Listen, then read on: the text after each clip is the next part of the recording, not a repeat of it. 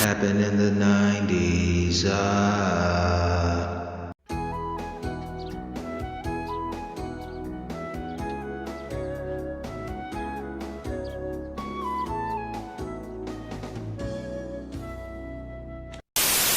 Just one taste of Honey Bunches of Oats cereal and you'll love it instantly. Honey Bunches of Oats? You're not going to convince me. I'm convinced. Like I was saying, this is special. Starting with those toasty flakes of corn and wheat. What makes you think this is the one? This is the one. This is great. Combined with those honey-kissed oat clusters in every mouth-watering bite. If you really want me to try it, okay, I'll try it, but no promises, okay? Whoa. Post Honey Bunches of Oats. One taste is all it takes. Whoa. All right, so welcome everybody to a very special episode of Happened in the 90's. I'm here with my boy Steve. Steve, what's up? What's up, Matt G? We're here. Real G's moving silence like lasagna. Yeah, exactly. And we're here again with a super special guest, somebody we just met, but a legend himself of the 90's, Scott. Hey, ladies and Edwards. gentlemen, it's Scott Edwards, and I don't know about legend, but I know a bit about comedy. Oh, wait a minute. We have to have the proper introduction. Ladies and gentlemen, your host and MC, Scott Edwards. All right, good enough. Here we go. Love it. Well, honestly, Scott, you are an expert in stand-up comedy, and as a stand-up comedy geek, nerd, whatever you want to call me, I've been annoying you for about an hour just about comedy in general. I can't wait to sit down with you and Steve and just talk stand-up comedy in general, but definitely 90's stand-up comedy. We got to hear. We need some stories. We need some secrets. Who was Dave Coulier out there in a Ferrari with 10 women with him at all time? What was happening back then? It was a wild time.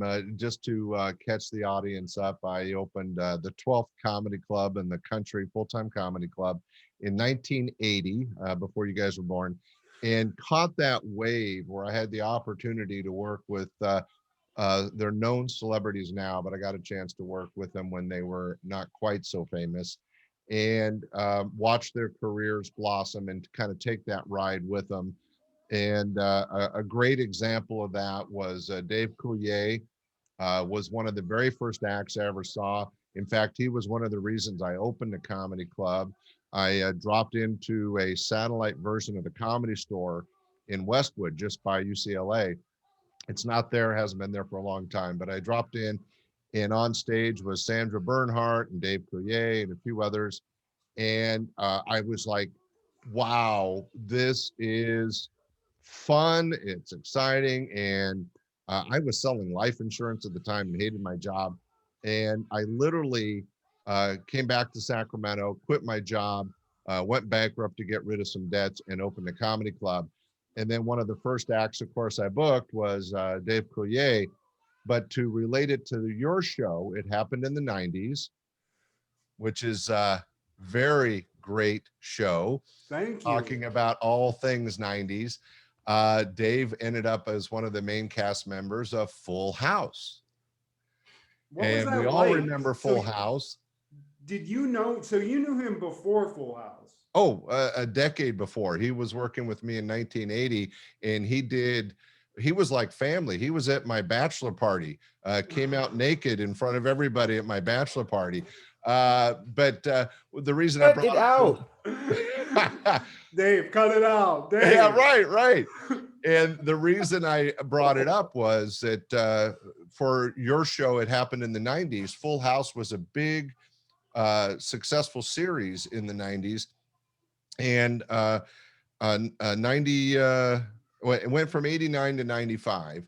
But I had already had a long-time relationship with Bob Saget and Dave Coulier, and we got invited onto the set. So we were on the set of Full House.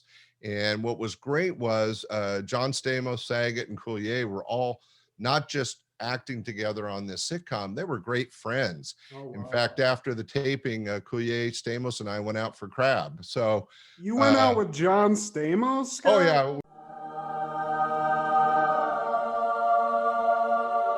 we've hung a couple times. Oh but my God. Okay. Well, the point I brought it up was Full House was a successful 90s show. Your podcast is all about things that happened in the 90s. And even though Coulier worked for me all through the 80s and we're really good friends, it was that show that speaks to your 90s appreciation audience. I mean, I could probably think of 50,000 off-color questions to ask you just about hanging out with John Stamos. But I can't now. This is like a bomb in our podcast, Steve. I don't know what fate or brought us in connection with Scott, but now it's like, you know, in Avengers, there's like Infinity Stones. Scott's like all of the Infinity Stones. Put into Great. He's the whole reference. glove. Well, Definitely Thanos. You're about to snap this podcast out, Scott. Oh yeah. All right, we're gonna make it all happen. Yeah. There it is. I mean, what was it like to see? I mean, you knew Dave Coulier and Bob Saget, so both those guys, you knew them before. So were they just broke road comics, struggling artists guys, or what was their thing I gotta like be before they got that? Yeah, I want to share with both you, Steve and Matt, that I was very blessed in that I got in. We were all about the same age, and I got in with Dave and Bob. They were early in their careers. I was an idiot opening up a comedy club. I had no clue what I was doing at all by the seat of my pants. And these guys introduced me to people, helped set up stuff. I mean, it was because of Bob Saget that my very first headliner was a huge entertainer at the time, George Wallace, who went on to fame and fortune in Vegas. And my opening act of my very first show in August of 1980, Gary Shandling, and he was the opening act. He was making $150 a week. Wow, that is crazy. Yeah, but it was because of introductions legend, that man. Bob. Yeah, R.I.P. to Gary Shandling. What a complete badass. Yeah, and it was the friendship I built with Bob and Dave that really helped my career and my business take off. So I'll always be indebted to them. And like I said, we did a lot of special things together. Bob Saget's a great guy, and you were saying earlier, you didn't know he was a musician. He was actually had music in all of his shows in the early days. And in about 1984, my club was starting to take off and do well. And I produced a series of TV commercials, and Bob Saget was the star. And in one of them, Bob throws me off a building. And in another one, he hits me with my own car. Laughs Unlimited commercial, take 3, action! My hair okay? Oh, my name is Bob. You know, some people say there's not much to do in Sacramento, and that's just not true. There's a lot of wonderful things here. There's a bridge, there's a tree, there's a beautiful woman. There's the Railroad Museum. Excuse me, I'm making a commercial. I think we have a problem here, okay? Oh, well, let's go down and pick up the pieces, guys, okay? Am I on TV? Oh my God! Thank you. Thank you. Geez, I don't believe this. Laughs Unlimited, all comedy showroom, 108 K Street, Old Sacramento. Old Sacramento, that's right here. That's right here now. We can buy our tickets and we can get a few laughs. We'll go. Yes, that's Laughs Unlimited, Sacramento's only all-comedy nightclub. For information, call 446-5905. Appearing at Laughs Unlimited through Thursday evening, it's Pat Paulson. For showtimes and reservations, call 446-5905. And it was just so much fun to work with somebody that creative and that fun. Was he the complete disgusting material guy that he is now, that he's been, you know, he was on the Aristocrats movie, and I feel like people knew he was like that as a comedian before, but I definitely was made aware of that by that movie. And yeah, I don't think it was public knowledge at the time. No. You know, he had this wholesome image of being Danny Tanner and you know, America's Most Funny Videos and all of that. So, and he was America's dad. He was one of the first, you know, when you get past Fred McMurray and some of the guys in the 60s and the 50s, Full House made Bob Saget America's Dad Mr. Clean, and it was hilarious because all through the 80s he was on my stage as one of the, and by the way, he was a dirty act but not frivolous. One of the things that I don't like is when, and we were talking about comedy earlier with Matt, that you get these guys that go on stage and they go, you know, I went to the frickin' store to get some frickin' bread for my frickin' bitch wife. I mean, that's not funny to me. But you can still be dirty and talk about edgy things, but have it really be funny, and that you're just not dropping F-bombs all over. So Bob was a genius at that. Great side story. So it's probably about 1981. I'm sitting post-show having some drinks with Bob and Dave. So it's just the three of us sitting at a little cocktail table, and we're just BSing. And all of a sudden I notice that they're passing something under the table. And I go, come on, guys, what, you know, don't leave me out of the joke. What's going on? And Dave pulls up this piece of folded paper, and inside was some like lint. And Bob had passed it to Dave, and on it says, here's some of my pubic hair for you.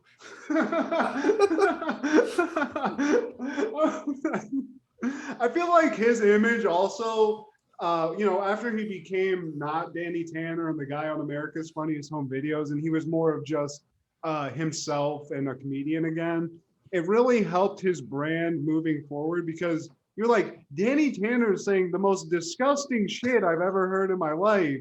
So it almost made it that much more, it enhanced it in a way. So well, that's why I think hilarious. he was picked as the winner or the best on the aristocrats because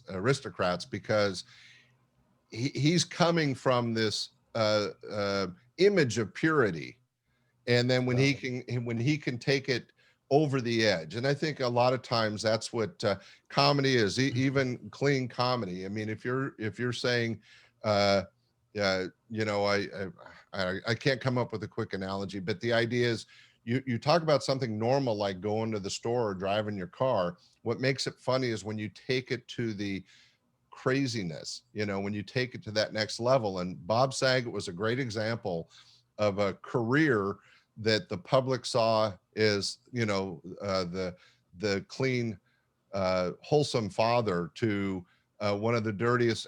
By the way, he was always crazy on stage. I mean, some of you heard on my podcast, by the way, my podcast, Stand-Up Comedy, your host and MC, had a segment with Bob Saget doing some music. And I'm sorry for the plug. Plug away. This is a platform of plugging. We got to get the word out for Scott. Well, Matt and I did it earlier, and Steve wasn't there, so I wanted to get one in for Steve. Plug it up. Steve, you know, Steve has his little routine. He had to just, you know, meditate a little bit, Scott. It is what it is. Well, Steve, I don't know if you've had a chance to listen to any of the shows. Matt has, and we were talking about the difference between my show, my podcast, and others you might hear is that Joe Rogan and some of the others just go on and talk in a humorous way about themselves or their life or their experiences. Right. Mine is a total tribute to pure stand-up comedy. I mean, it's all about entertainment. There's no therapy involved. It's guys just being funny on stage in front of a live audience. Everything I share is live. I mean, it's not live now. It was live in the 80s and 90s, but it's more of a tribute, an homage to the art form of stand-up comedy. And I think and we talked about that a little bit. I appreciate the fact that your show has structure. Like you mentioned, Joe Rogan, a lot of these podcasts and even beginners, they just have a roundtable discussion where it's like, hey, here's me and my friends, and this is what we're going to talk about for the next hour or so. Whereas with yours, you have a beginning, a middle, and an end. And I appreciate that. It shows more thought. And the fact that you said you have a background in dealing with television. And I think that is a part of the reason why you have structure, because you understand that these productions, they have segments, and they're fragmented in such a way that, you know, there's a general understanding that people have a short attention span. So, hey, let's do this for about 5-6 minutes, and then boom, we'll do something different about 4 or 5 minutes. And then, you know, so I do appreciate that. And that makes to me, podcasts stand out from the rest. Well, and also, I'd like to add on to what Steve said about the structure is that I think it kind of, it's not something you would like go about doing or you went like had this in mind, but having structure in a podcast also is sort of like a comedian set. You watch a comedian do a set on stage, and it seems like if they're good at it, it seems like they're just coming off this shit off the cuff. Like, this is insane. You know, the laughs and all, but even the laugh is maybe something that they put into this act, and they need all these beats, and it's something that seems very unstructured, but it's super structured and like finely honed to like the edge of a sword, you know? And I think that's so important that you point that out, Matt, is a lot of people wonder why a lot of comedians end up being actors. And the reason is that when you hear something, the way the entertainer is acting, and I'm not talking about television, I'm talking about live on stage, they're acting like, oh, I just made this up. I just thought of this joke. When in reality, they've probably been practicing it for a couple of years to make sure that the verbiage and the timing and the pace and the expression of the material is fresh. And that's where the acting comes in. Yeah. You pick Jerry Seinfeld doing a joke, and everybody goes, oh man, how did he think of that? Well, he thought about it probably 6 months earlier and has done it 40 times and gotten the timing. It's all about timing, right? You got to, and right verbiage. Then once you have the bit, the seed, then you want to grow from there, and you might add a callback or change the words or change the location just to mix it up for yourself as an entertainer. And that's how you keep it fresh. Yeah.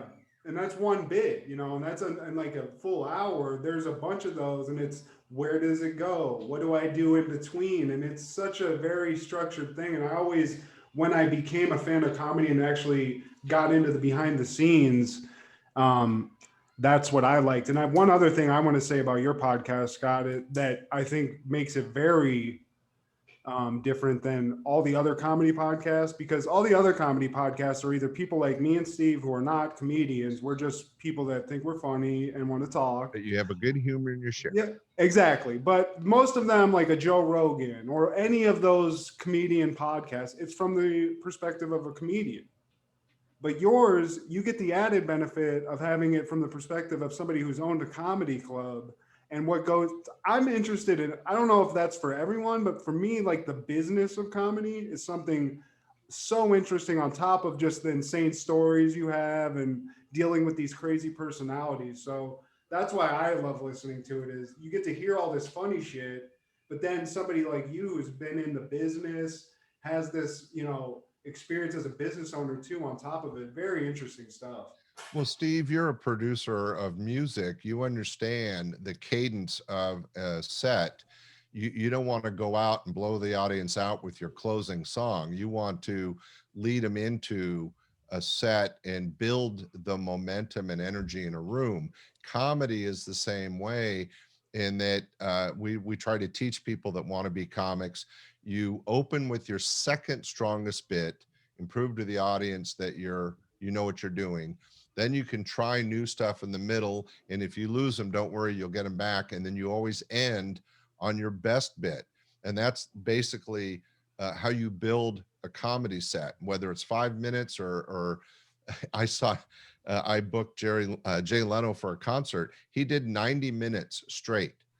I mean, it once you're good and you understand who you are and what you're sharing, there's no stopping you. But Steve, you can relate to that from a musical point of view, right?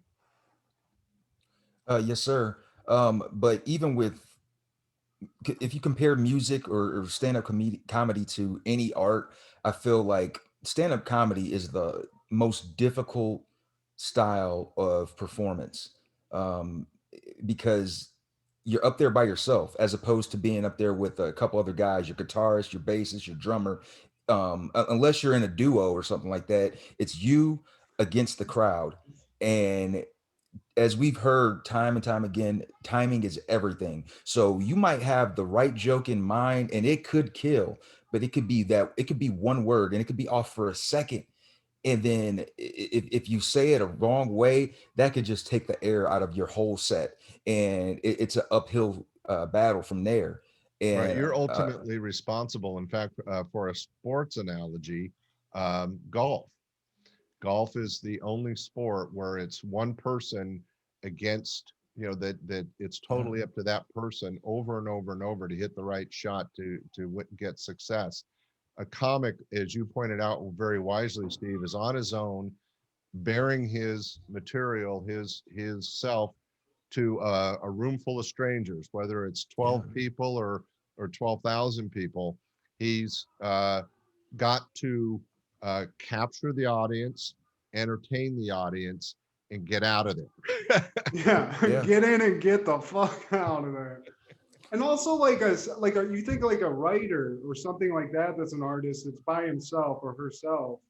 If I paint a picture, I don't have to sit there and have people react to the picture while I'm painting it, or see a reaction. A comedian might, if he's trying something out, go out there and be like, I have a funny bit right now. I'm gonna go tell it. And then you have to watch yourself die this death and watch all these people's faces react to what you're saying. And that's why, Steve, I told the story. I don't even know if I told you this, but the one time I tried stand-up comedy, I made a few errors. I brought people I knew from work, which I should not have done. Not the first time, I went to a place in LA that was featured in a documentary about comedy, so a lot of people knew about it. So there was people there that were probably way further along than a guy doing his first set. But I went up on stage, did a 7-minute set, Steve. I have I blacked out. I went up, I did something because my friend said, yeah, you were kind of funny, but so I don't know if I went up and was like, ba, ba, ba, or what. I blacked out. So you guys, you ever eat cheese? Cheese is a funny thing. Cheese is a strange thing. I always wonder, like, what is cheese? Where does it go? But I had a rush afterwards, but I was like, I can't, if I'm gonna go up on stage and just black out and not know what I said, I can't do this. I'm not meant for that side of it. I gotta tell you, own a comedy club. I'm impressed that you tried to do 7 minutes. I got to tell you, that's a long set for a non-professional. 3 minutes on stage is an eternity. 7 minutes. I mean, to grab anyone's attention in an open mic, you need at least 5 minutes of pure material. To do 7 when it's your first time on stage is an incredible risk. So congratulations on thank you. Giving it a shot. In fear of the memory, but then I talked to my buddy who went like years later, and he was like, no, you were funny. Like you didn't. I thought I went up on stage and just like sat there and you could hear me breathing essentially. I was just like, yeah, but just gain more experience on stage. How long did you used to go? Man, when I did it, now same thing with Matt. Like I bombed. I don't know if you like bombed the first time you went, but when I went, I bombed, man. And I had this material in my head, and I was like, yeah, man, I know this is going to kill. This is going to kill. This is going to kill. And when I went up there, I was a shivering bitch. And oh God, I'm holding the mic, and you could tell, and they could tell that I was nervous. And from the very first joke, I can't remember what it was. It was just a face palm, and it was a total shit show from there. But I came back to that same place, and I was in Houston, which is it's ripe of hack comedians. Oh, he froze. There we go. The same material, but I wasn't as nervous. I was like, dude, get some liquid courage, and dude, just like, this stuff is funny. And the second time I killed, man, because the timing was better, and I got the experience. A huge you had pop. one under your belt. Yeah. By the way, it's an old show business adage: never let them see you sweat. Yeah. Well, the audience is like a hungry alligator. They will, if they see raw meat up there, they're going for it. I've seen that. We went to a Comedy Store like New Year's Eve show a few years back, my wife and I, and there was a SNL alum that was the host of it. But so like experienced Comedy Store vets. and no one laughed the whole night, Scott. It was a New Year's Eve show. I was like, of course, everyone's going to want to party. I don't know what it was. I don't know if you have experience with that, like New Year's Eve shows maybe, but. Well, not New Year's Eve, but an audience we used to call it the audience monster, because you never know what you're going to get. And 9 times out of 10, I would actually say 10 times out of 10, the audience is invested in the evening. They want to have fun. If you provide professional entertainment, they're going to take the ride with you. But I have seen in even the best of circumstances that if you lose the audience or they're just never there to start, it happens. And what's interesting is that you could have a room of 100 different individuals, but they coalesce as a one-term audience. And that is what you have to win over as an entertainer, whether it's music or comedy or theater, whatever. And that experience, like, that's why I love stand-up comedy. Steve, you can tell me why too, but like to be in a room that, whatever, like many different kinds of people all having different types of day, that they can all come in, and if the comedy's good, you're laughing together, everyone high five and whatever, you're all like as a group experiencing that thing. Or like when you're in a movie and everyone's like cheering at that one part in the movie or whatever. I love that. That's why I love going to see stand-up so much live. I miss going to see it, but yeah, having that shared experience go the wrong way, I can't even imagine. Like I don't know how stand-up comedians recover from that. I don't know. You just have to, there's an increased admiration and respect for stand-up comedians when you take a stab at that yourself. And I had to find out the hard way. Like, dude, I don't even know if the audience is doing it consciously, but if you bomb, man, they're going to let you know. And like, now that I've done it and tried it a couple of times, I actually look forward to it. I guess because I'm a sick motherfucker, but I don't know. I don't know. It's just like that awkward silence. It was like, oh my God, he's bobbing. I don't know, man. This is interesting. Watch him dig himself a bigger hole. Well, a couple quick side points. You point out what happens when you bomb, and one of the geniuses at turning a bad monologue into something funny was Johnny Carson. I mean, some of his funniest shows is when the material that's not written by him, of course, it's written by other people, including stand-up comics that sent it in, by the way, they get paid $50 a joke. When he would do his material on the Tonight Show, his monologue, if it started bombing, he could turn that into funny. He had the timing and the presence and the experience, and that's a gift. And he was really good at that. But I wanted to share something else about show business that I think Steve will be able to relate to, is that stand-up comedy is one of the few art forms where you kind of live or die by that show. By, you're remembered for your last joke. As you're going through your set, each piece has to sell itself and succeed. The opposite of that is that we're trained from children on, from a young age on, that when a musician finishes a song, whether it sucked or was great, you applaud. You appreciate that they had the talent enough, even if they weren't good at the trumpet, and they finished a song that just tore your ears out and made them bleed, you would still go, oh yeah, well, you got up there, you played the trumpet. I don't know how to play the trumpet. Good for you. That doesn't happen in comedy. No. You're not given any.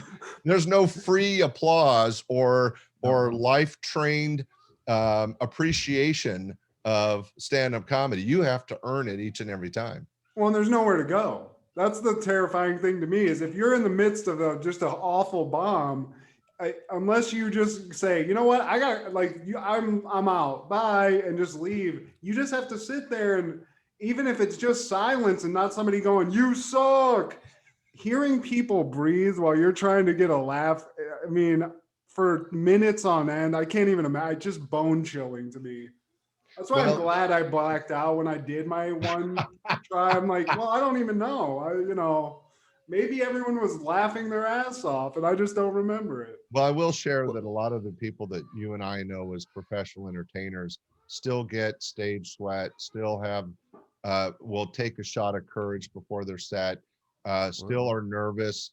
I've been on stage 1,000 times. I'm still, I was nervous getting ready for this podcast. Yep. I mean, if you care about what you're doing, there's going to be some intrepidation to doing it well, right? And I think what makes the difference between an amateur and a professional is you know how to have those feelings and still go forward.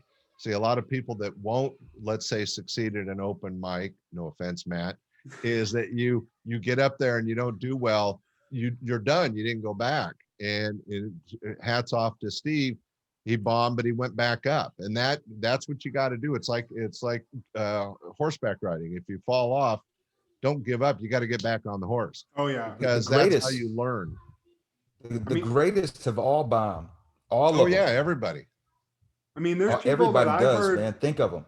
Like Chris Rock used to come up. I used to hear comedians on podcasts talk about it, where when he's trying to get his sets ready, all he does is go up and bomb till he gets he basically rushes the process a little bit for maybe if he's doing like an Emmys or something, and he'll just go up and he'll just be like, listen guys, like we're going to see what happens here. And he'll just go up and you're watching Chris Rock, but he's bombed, but he's like trying to get ready for something. And that's like a guy like Scott saying, like he's lived in that and he's so experienced. He's not even afraid. He's like, this is part of it. I have to bomb. That's a part of the process. Steve nailed it. And Chris Rock is I'm sorry, go ahead. I just said you nailed it. It's a part of the process. That's why a comic never goes on the Tonight Show with a brand new joke. He's already done it 20 or 30 times to make sure he's got the verbiage and the timing right. Yeah. You have to do the work. Now you have to fall in love with the process, man. And like even the guys who are headlining Madison Square Garden, you might catch them coming into like a regular schmegular open mic on a Wednesday. That's what Dave Chappelle is notorious for doing. And he's Dave Chappelle. But because he's a student of this craft and he's serious about it, he cares enough about it. He wants to improve. Jerry Seinfeld is always looking for ways to improve. He might be a pariah, but Louis C.K. is always looking for ways to improve. And he's, in my opinion, one of the funniest guys ever. Well, I can take the example to the extreme. The king of, I don't mean to interrupt, Steve, but the king of comedy, stage entertainment, Robin Williams, who has done movies and been on thousands of stages and TV shows, loved the art form, loved the expression and the interaction with the audience so much. I had the pleasure to have Robin on my stage twice, and neither time I had to pay him. He was doing a concert somewhere nearby, and he would get off doing an hour and a half show at some big arena and then come over to my little club and do an hour.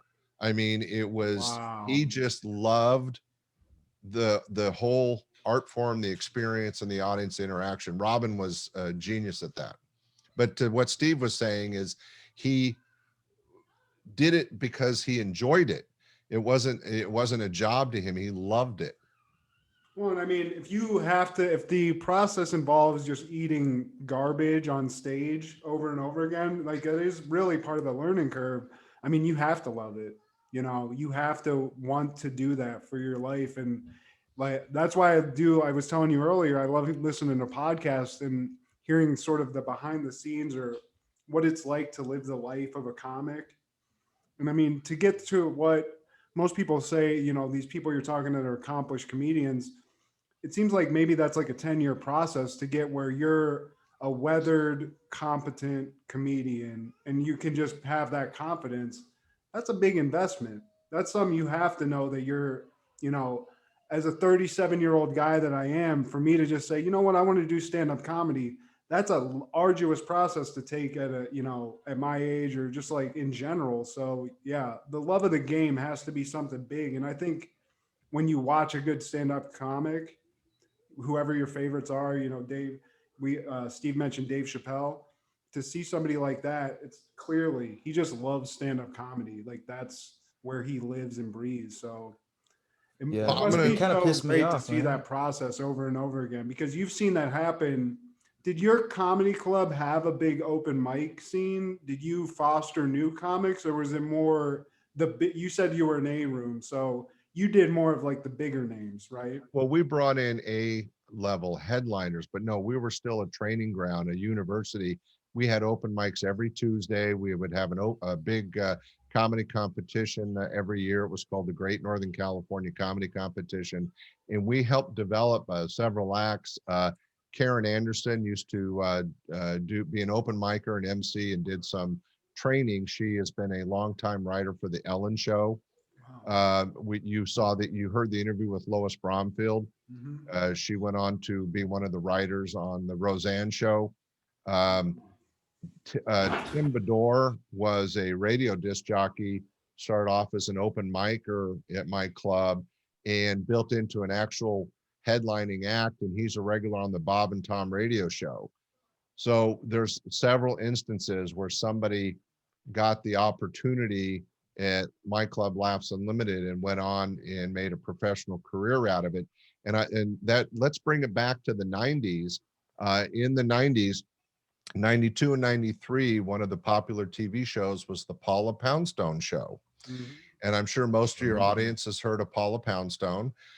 She came to my club. She was out of Boston, and she had done some open mic work and some opening act work in Boston, but there's a little bit of a comedy scene there then. But she came out, and quite frankly, she sucked. She was a unique personality, but she just had not found her voice on stage. She had the Tiny Tim hairdo. She had the shoulder pads, right? Remember Tiny Tim with the ukulele? Shoulder pads. Yeah. So Paula comes out, and in my 20 plus years of producing comedy shows, everybody only worked 1 week or one set. Paula was the only act in the history of my production work where I let her work multiple weeks in a row because we were helping her develop her first set. Oh, wow. And people that were a part of that, for example, was Gary Shandling and George Wallace. Both worked with her to help her, because she was already a unique personality and funny and a little strange, but she needed to find what I called her voice on stage.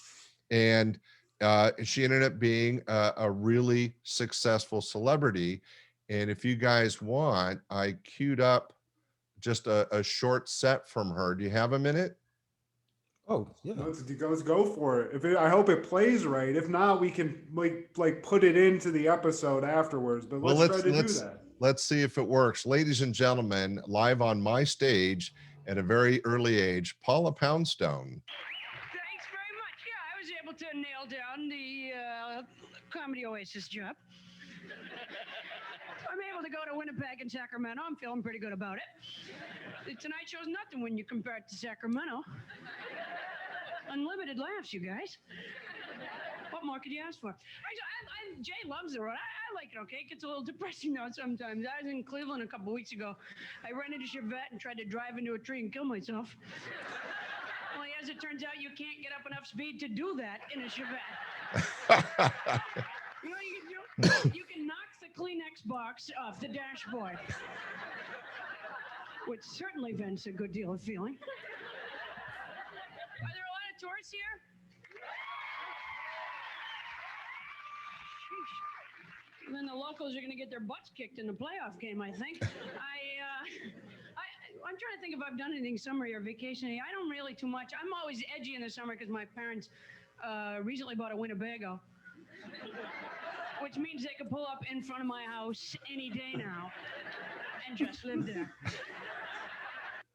So that was Paula Poundstone. Did you hear that okay? Yeah, that was great. That was awesome. So she was doing a concert for me, and very funny, but I have a good little side story. Back in the day, I had a boat, and Sacramento, my club was on the Sacramento River, and I had a boat, and I would take the entertainers out for a break pre-show. You know, we were one of the few clubs that we would spend time with the entertainers away from the club. And we took Paula out skiing, and we're out in the boat, and she wasn't a skier, and a couple of us have skied, and I'm driving the boat. And I'd already skied and was not looking too good. And at one point, my hat blew off, and she quietly said, "Put the hat on." Put the hat on. Just because I look like an idiot. But the funny part of the story was that she said, "I want to go swimming." And we said, "Well, you know, it's a river, it's got a current. We want to make sure that you're safe." And she goes, no, I know what I'm doing. You know, we'd be horrible to lose a talent like Paula while taking her swimming. So she jumps out of the boat and starts swimming upstream. And what was kind of funny, and we tried very hard not to laugh at her, but laugh with her. She was stroking as hard as she could and wasn't moving at all because she had decided to swim upstream, and her swim stroke was about the same pace as the river. And so for about 10 minutes, she was stroking her life out and didn't get a foot of distance. I mean, that's really a great workout, though. There. She must have been a great, at least a good swimmer. 10 minutes. I mean. Oh yeah, no. She was enjoying it, and then we pulled her back in the boat, and she was like, "We didn't move." Hey, there's people that pay good money for pools like that, Scott. Like she got like the lap pool in before it was even a thing. Just hop in the river, go up. Oh, right, exactly.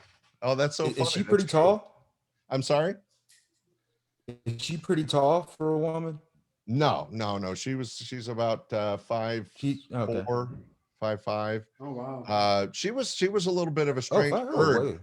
Yeah, a lot of people don't know that, and I don't think she does this anymore. She's a mom now, but back in the day, she would literally carry around packets of white sugar and just pop one open and just down it. And are we sure there was sugar in those packets? Right. Well, I'm not saying there were drugs around, but no, she loved her white sugar. I mean, honestly, as a fat child, I used to do that too. So I gotta tell you, I can sympathize with Paula in that regard. So I think it blows my mind. A lot of her energy. What, Steve? It blows my mind with these straight edge comedians that say like, man, I don't drink, I don't smoke, I don't do like, dude. So you just go up on stage and do this sober? Like, how do you deal with this? That's just mind blowing to me. Like, really? The secret behind the curtains truth is a lot of them did their share of drugs and drinking when they were preparing to be professionals on stage. Trust me, I saw my share. Yeah. Not a partaker of drugs, but I had my share of drinking at the time. But we alluded to earlier that a lot of times having a beer or a shot before you go on stage does help relax you. And the problem with a lot of entertainers, even like Johnny Carson and some other famous people that became alcoholics or drug addicts, is that you have to be able to control that that's all you do. And some people don't have that ability, and it ends up taking them the wrong path. But it's all part of the entertainment scene. I'm sure it's the same in theater and well, look at the music world. I mean, everybody. I was just going to say, look at those rock stars, man. They got to go on tour. Okay, we're doing Seattle on this day, and then tomorrow we got to do Sacramento. And then every time they go to these different cities, they have to do something to loosen up and go on stage, and then next day reset. And well, look at the Rolling Stones. They've lasted forever. Some people think that it's just longevity. I think they're petrified. They have to be. They have to so be. Many drugs. They're just, there's nothing. Oh, I mean, yeah, the mix in their blood. I feel like they're probably going to live. They're going to live past the roach at this point. They just have something in them, that we can't get because we don't have access or that we couldn't maintain. But yeah, I feel like there's plenty of comedians that also with comedians, they have the thing where they're by themselves. You have to be a road comic. You're in a hotel, you got to eat shitty.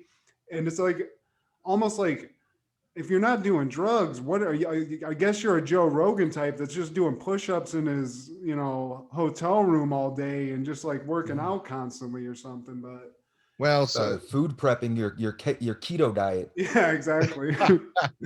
Well, everybody approaches the work differently. Some are, sit down and I'm going to write for an hour every day, even if they don't ever use it. They want to keep their brain working that way. Others would use workouts to fill their time.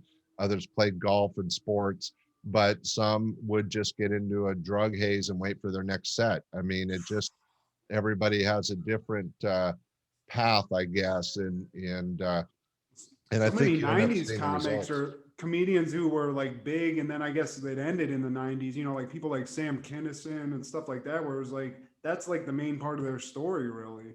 And actually, Well, that kind of sadly, leads me, I wanted to ask you about one Sure. specific comedian, just because huge fan of him, and I was just such intrigued by the guy. Did you ever work at all or have any connection to Bill Hicks? Bill worked for me a couple times. He was Wow. an interesting guy. Smoked heavily on stage, even though it was against the smoking laws at the time. Always had a drink in his hand. He was, boy, how do you explain Bill Hicks?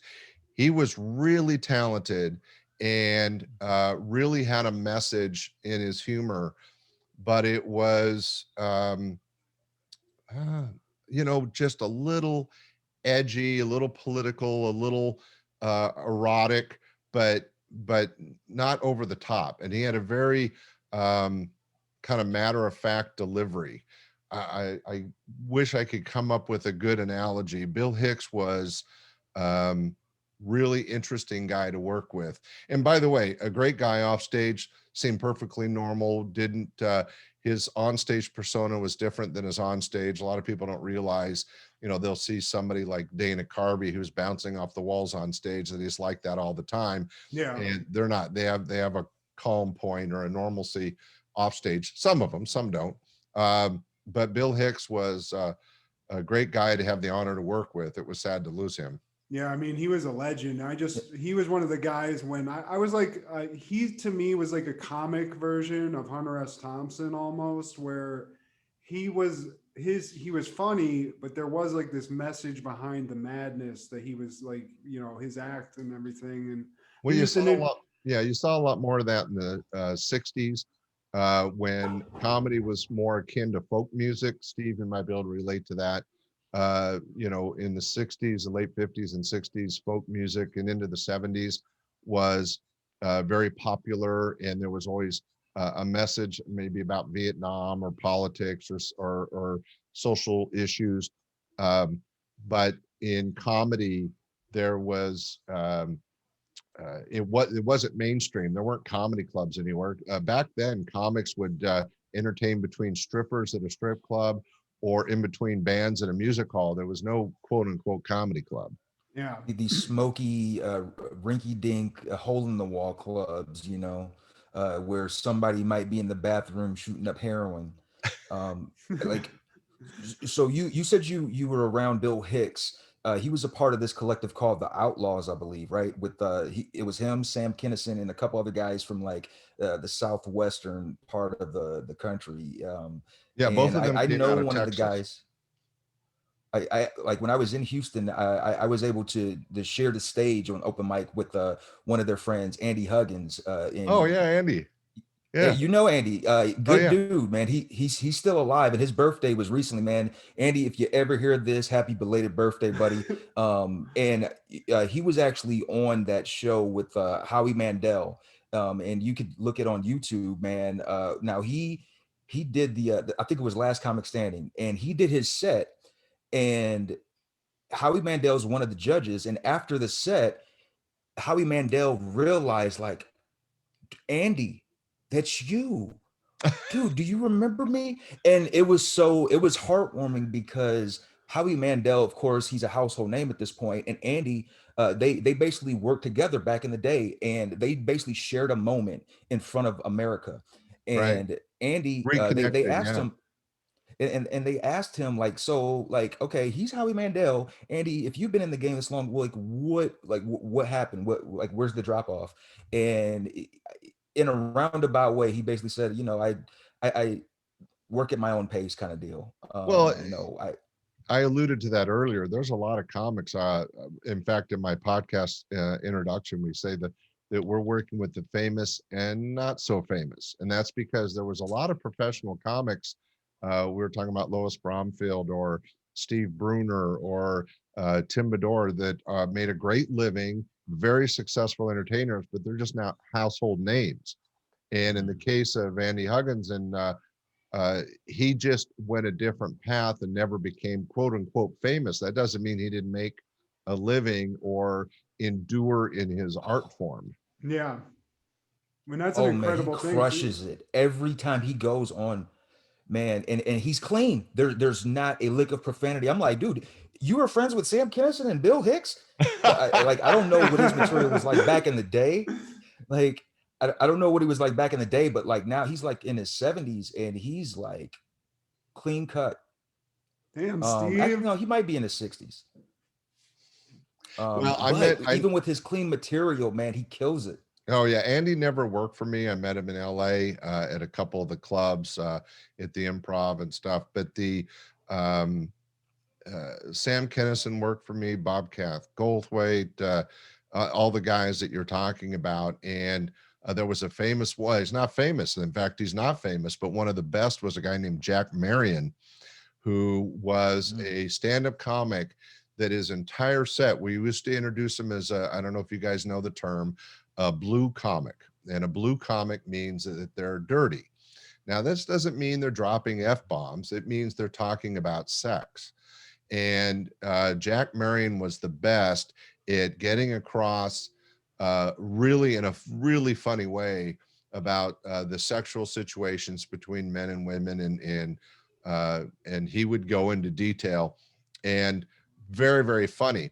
He's never got famous. He was really good at his job, but there's these different ways to attack things. I mean, you turn around and you get a Bobcat Goldthwait that would basically scream at the audience. And that was his presentation of material. He was a shy, quiet guy backstage. Bobcat was not one of those crazy off the wall guys backstage, but on stage, he looked like an angry, and he's just throwing his material out there. And that was his act, his shtick. Right? I mean, he kind of got stuck in that too, which is so bizarre because now he actually doesn't, he's a comedian still. He does more than that, but so bizarre that, he did it and it got famous. I mean, he really got a lot of well, Sam Kinison the same way. Sam Kinison had out of Texas, had a great viewpoint on material and was very funny. But what made him famous was he would scream his punchline. Da da da da da. Yeah. A lot of these guys create personas. I have another example for you. Gilbert Gottfried. If you listen to his real voice, he sounds nothing like. He sounds nothing like that. He's figured out a persona.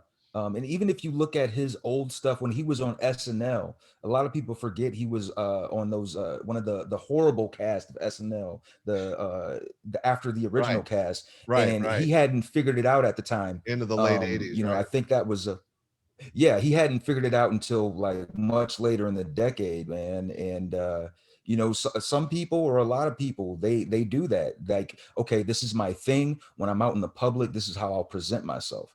And like I'll a amp it Dice up Clay, to the nth right? degree. Isn't that how Dice Clay is? Dice Clay got typecast. He did a couple things on stage, then he got a couple TV spots. He created a persona. Somebody said, "Oh, let's make a movie about that persona," and he made a crappy movie.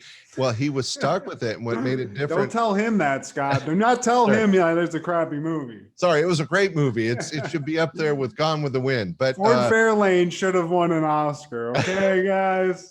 It had Wayne Newton as the villain, so come on. There you go. But it was a great example, and Steve pointed it out as somebody that got trapped in the character. Well, he's still doing it. I mean, that's just him now. He went from doing that as like a character, because didn't he do mainly impersonations of like John Travolta and stuff before he got to be Dice? Right. Yeah. He would do different impressions. Right. No, so you're weird. right. He was the Jersey guy. Yeah, he was definitely East Coast. And there's something else that I don't know if we didn't talk about in this particular podcast, but we're talking about different types of comedy. It was, and I was saying how Sacramento presented kind of that Midwestern or mid-states Bible Belt kind of audience, but you had LA TV comedy, but you had all the people coming from the East Coast where it was comics out of New Jersey, New York, and oh man, to them it was all about attitude. If you didn't have attitude, you weren't funny. And then you come out to San Francisco and you try to go on stage and have that attitude, and all the, you know, hippies going back to the 70s and 80s would hear this angry attitude material and have no idea how to take it. And so those acts had to either teach the audience or adjust to the audience. It's you always have to play to the audience. You know, you're not going to do the same set at a church that you would do at a biker bar, right? Yeah. Although that's what separates the pros from the amateurs.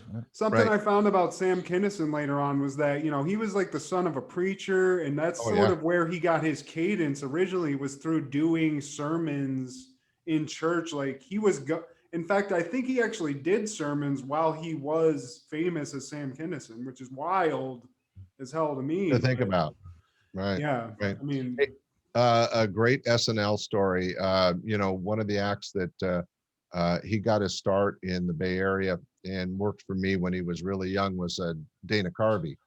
And he was in a band, Steve. I don't know if you knew this. He had a band with his brother, and they used to go around and play. And he brought his brothers and his band into my club for a week. And he was doing Choppin' Broccoli and the Burger King song before he was on SNL. But the story I wanted to share was that he worked for me quite a bit. He was one of our regulars. And after a show one weekend night, we were back at the condo in the jacuzzi. And there's like 4 or 5 of us sitting around in the jacuzzi with Dana having drinks. And he goes, you know, I just got a call. I'm going back to New York. Lorne Michaels wants to put me on the show. And I said, you're kidding. That's great. And he goes, yeah, you know, in other words, he was excited, but also afraid that, you know, he'd been doing stand-up comedy for a number of years for me in around clubs in Northern California. But to get that call, hey, we want to see you on the SNL, you know, Saturday Night Live show stage, and getting the call from Lorne Michaels was, and it, as we all know, made his career. And that's how we met Mike Myers. Then it led to the movies, and boom, boom, boom. In fact, I'm not sure when you're going to launch this, but later today, he and Mike Myers redo their Wayne's World characters for a Super Bowl commercial. Oh, wow. Well, dang, that's going to be a blast from the past. I mean, exactly. Dana Carvey, his Choppin' Broccoli, I was waiting for you to say it, but I remember that we talked earlier about watching, like I used to watch stand-up comedy with my dad, and I remember watching that. It was on all the time on Comedy Central, and man, he was just one of my favorites for sure. That's crazy. Yeah. You were there when he got the call, around the time he got the call to be on SNL. Wow. Yeah, oh, it was like within an hour of us getting in a jacuzzi together. It was just crazy. But I do have, I don't know, how long is your show? Are we getting a little lengthy here? I think maybe we can, I mean, I don't want to go too long. Like, let's not cut anything off, but we could end it here. If maybe you got something to talk about, we can end. Well, we were just talking about the Burger King song. Would you like to hear it? Blast it. Let's see if it is going to, well, maybe not. Send it to me and I can put it in no matter what, but Choppin' Broccoli is one of the greatest. Here is a song that Neil did that wasn't released. It was a commercial he did for McDonald's a few years back. You may never have heard it, but you're going to hear it now. This is Dana Carvey, about 1982, before Saturday Night Live. We weren't even alive, Steve. Well, I dreamed I saw the golden arches and the yellow haze of the sun. There were burgers frying, and I ate flying, and the fat man stuffed his face.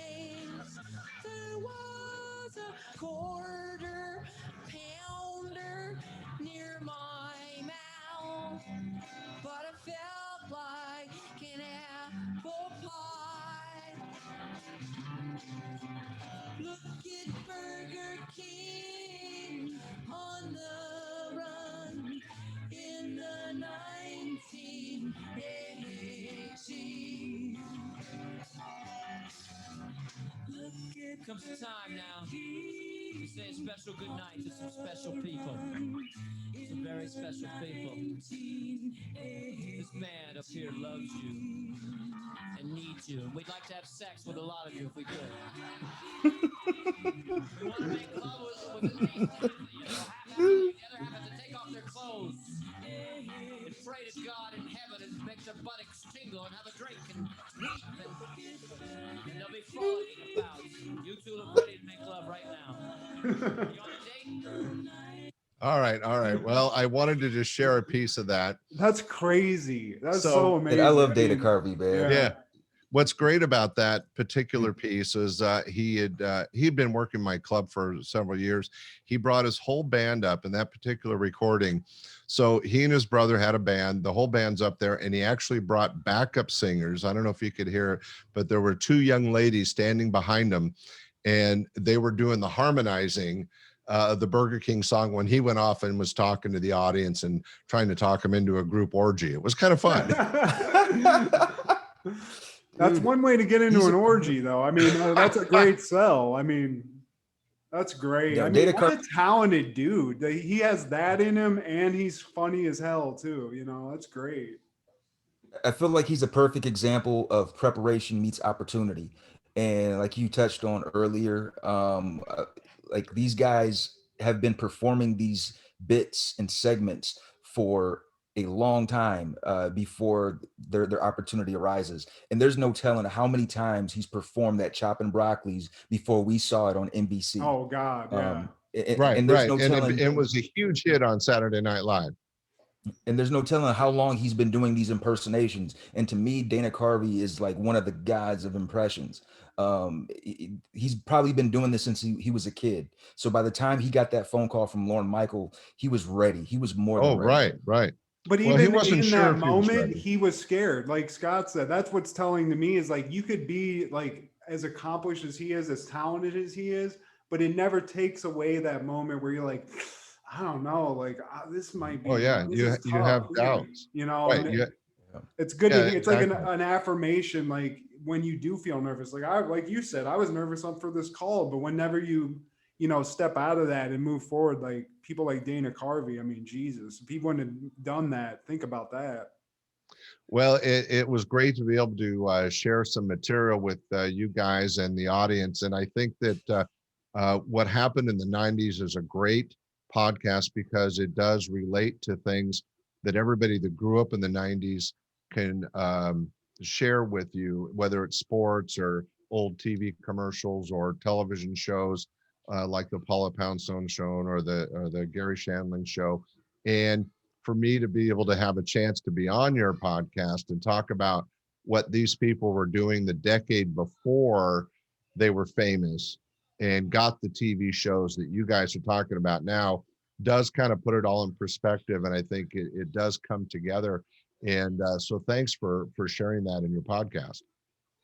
I mean, I got to say, thank you for being here and just giving us your time, because I hope maybe we can do this again. Like I've had so much fun, but I have a thing of notes here and I haven't covered half of them. So you can't get rid of us now, Scott. Yeah, we'll be back, Scott. I'm going to call you again, but all right, well, let's do it again because there's lots more stories and we want to get down that list that you made and make sure that we have to. I mean, Bobby Slayton, Kevin Pollak. I have things I need to know about. So I think Scott's going to be back. You mentioned Kevin Pollak. Steve was saying that Carvey did all those great impressions.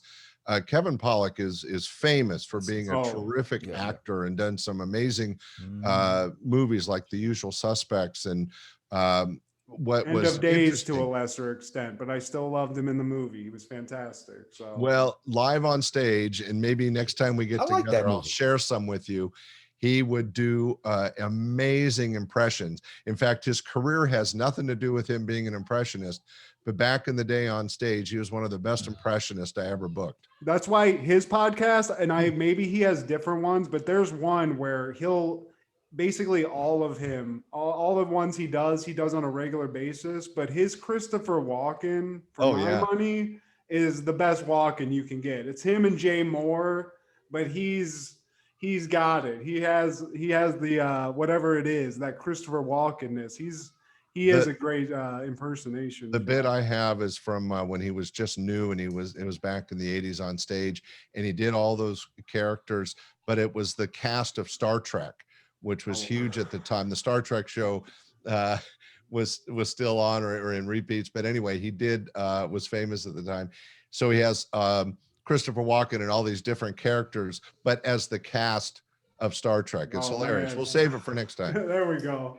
But yeah, before we go, I don't want to go away without plugging your book, man. No, that's what I was gonna say. Let's get the plug. My big noggin is covering it. You can't see the full cover, but tell us a little bit about your book. So, my book, Be a Stand-Up Comic or Just Look Like One, is available through my website and through my podcast. And the podcast, if you guys get a chance and you enjoyed this and you like stand-up comedy, is called Stand-Up Comedy, Your Host and MC. And if you get a chance, check it out. There's some great historical stuff, but more importantly, it's really funny. It's entertaining, and it's not just comedy from the 80s and 90s, but I get a chance to reconnect with a lot of these entertainers, and I'm doing interviews, and these interviews are recent, and we're talking about those days. I think it's fun, and if you get a chance, check it out. Oh, it's great. As somebody, if you love stand-up comedy at all, check it out. But especially for 90s, I loved it. The ones I've been able to check out were fantastic. So. Oh, well, thank you. It's been a real work of love to put this together. And in fact, next week I'm interviewing Yakov Smirnoff, and a famous Russian comic. One of his first clubs I remember that worked name. was my club. I've seen him at the Comedy Store pretty recently. They let him do like a set. I think he actually did a set. It's very, it's not what you would. It's bizarre. I found it very bizarre, but it's crazy. Well, he's changed a lot in the 80s and 90s. And when I met him in the early 80s, he'd literally just come from being he was a Russian, native Russian. He was doing comedy on the Black Sea on cruise ships, but to a Russian audience. So it was very regulated and very stiff. And he came out to California, and he was still learning English when he was working my stage, and had a whole act with songs and music and dancing, all Russia based. But then he got famous interacting with Nixon, I think it was. Nixon or Reagan. Anyway, but he's gone on, he's moved on. He's a PhD now. And I just talked to him last week. He was in Bali doing a talk, and he's smart beyond smart, has several degrees, but you never know where comedy will take you. I guess. And also I have to say, it wasn't Yakov Smirnoff. It was Emo Phillips is the person. That's the difference. Yeah. Very big difference. Emo worked for me. Yeah, there's a big difference between those two. Yakov Smirnoff's a famous Russian comic. He did a couple of movies. Emo Phillips, who worked for me as well, was just a unique, I think, Steve, you were mentioning it. He had a unique persona and image that he would do on stage. And a quick side note on Emo Phillips that a lot of people don't know, when he was starting to get famous in the late 80s and early 90s, he didn't want to deal with trying to memorize names. So his manager, his agent, his makeup artist, and his hairdresser all had the same first name. That was the only way he would employ them. And smart man. He didn't want to worry about learning different names. Wow. Hey, I mean, as somebody who forgets people's names very quickly, I respect that. Hopefully it makes gives life the ability easy to do that someday. But hey, Bob, and 4 people turn around. Right. But so the book's in you can get a hard copy that's autographed, or you can get a digital copy. I'll send one to you guys as soon as it's available. And the podcast, if you get a chance, check it out. And there's a website, and we hope you enjoy it. But it's been a real pleasure sharing this time with Steve and Matt on It Happened in the 90s. And your audience, I know, is enjoying your take and nostalgic look at an interesting decade. Well, thank you so much. Really appreciate it, Scott. Steve. Thank you, Scott. It's been a killed pleasure. It. We got it, guys. We got one of the legends here. You're our first guest, Scott. So first of all, feel honored in that way. And we feel honored to have you. So thank you so much. All right. Well, thank you guys. And to the audience, keep listening and be sure to share and rate.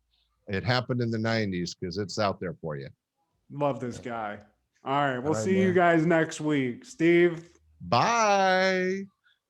Happened in the 90s. Ah.